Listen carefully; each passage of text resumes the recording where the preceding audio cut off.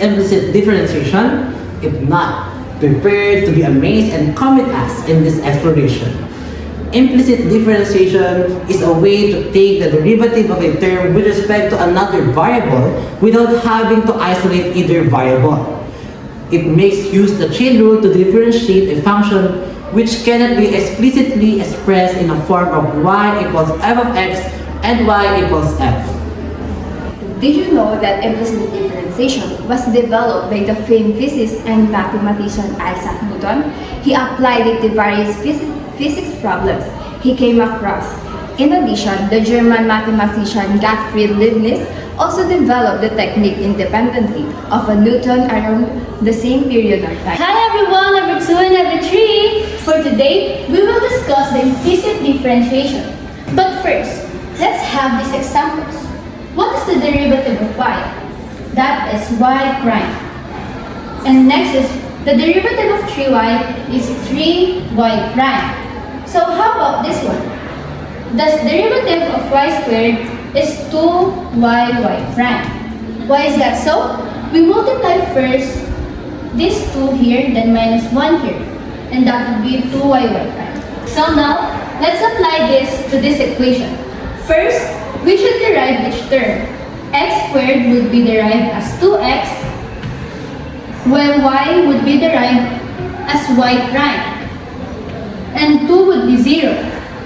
The next step to that is to separate the term that has a y prime to those who do not.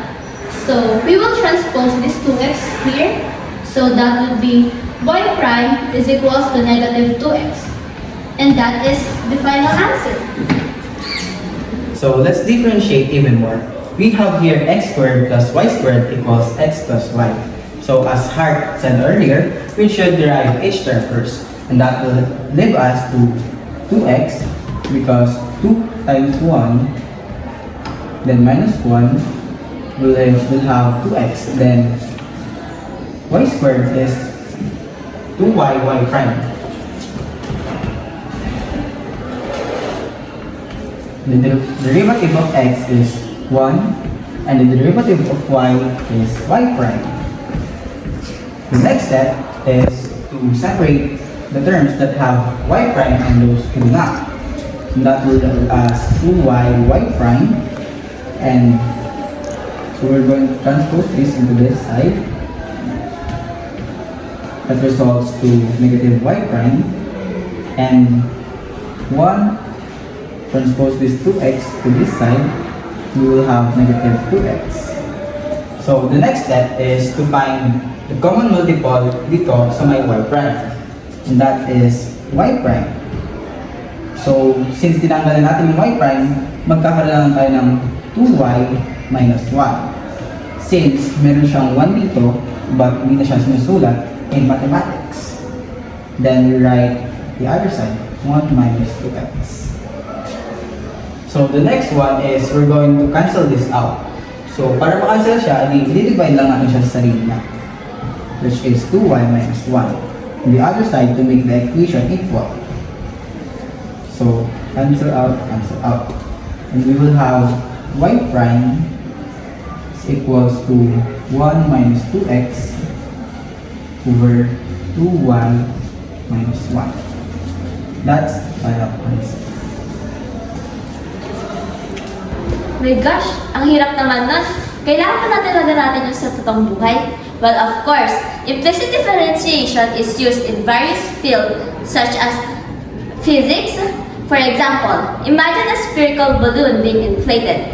The volume and radius are related, and implicit differentiation allows you to find the rate of change of the volume and relates to the rate of change of the radius. Economics, where it helps to analyze the relationship between the price of the product and the quantity of the demand. And for another example is for engineering. It optimizes design, for example, grid shape, and creates 3D models in computer graphics. And for medicine, models drug concentration in the bloodstream over time to determine optimal dosage. In essence, implicit differentiation helps analyze complex systems by relating the rates of change of interdependent variables. That's all for this video. Basta't basic lang yan! 지가방안엔 굳은 다짐이 더 backpacker 우리는 backpackers yeah we the backpacker 내가 묻은 신발이 바래져도 backpacker 우리는 backpackers 출발은 언제나 겁없이 시작부터 맨발 내 눈에 싹 다 basic 보다와의 step pipe 더럽혀진 내 black tie 프로젝트만 necktie 기본이 안 돼 있는 stupid I'm ready to fire right bad vision is game판이 바른 후는 없이 bad vision on my mind you made a match 싹 다 니네 땜빵 날 check 가봐야 하는 매체로 누비나 blog